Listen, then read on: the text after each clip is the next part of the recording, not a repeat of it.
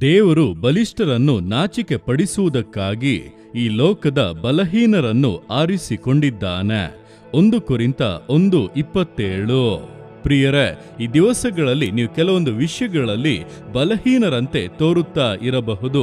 ಜ್ಞಾನದಲ್ಲಿ, ಸಾಮರ್ಥ್ಯದಲ್ಲಿ, ಆರ್ಥಿಕತೆಯಲ್ಲಿ, ಇಲ್ಲ ಯಾವುದೋ ಒಂದು ವಿಷಯದಲ್ಲಿ ಬಹಳ ದೀನಾವಸ್ಥೆಯಲ್ಲಿ, ಬಲಹೀನತೆಯಲ್ಲಿ ಇರಬಹುದು.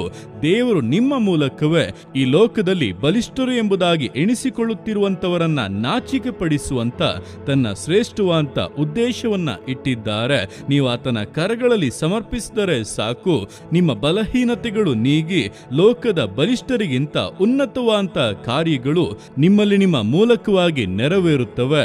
ಯೇಸುವಿನ ನಾಮದ ಘನತೆಯನ್ನ ಎತ್ತಿ ಹಿಡಿಯುವ ಜೀವಿತಗಳಾಗಿ ಮಾರ್ಪಡುತ್ತೀರಾ. ಧೈರ್ಯವಾಗಿರಿ, ದೇವರು ನಿಮ್ಮ ಸಂಗಡ ಇದ್ದು ಈ ವಾಕ್ಯಾನುಸಾರವಾಗಿ ನಿಮ್ಮನ್ನು ಆಶೀರ್ವದಿಸುವರು. ಆಮೇನ್.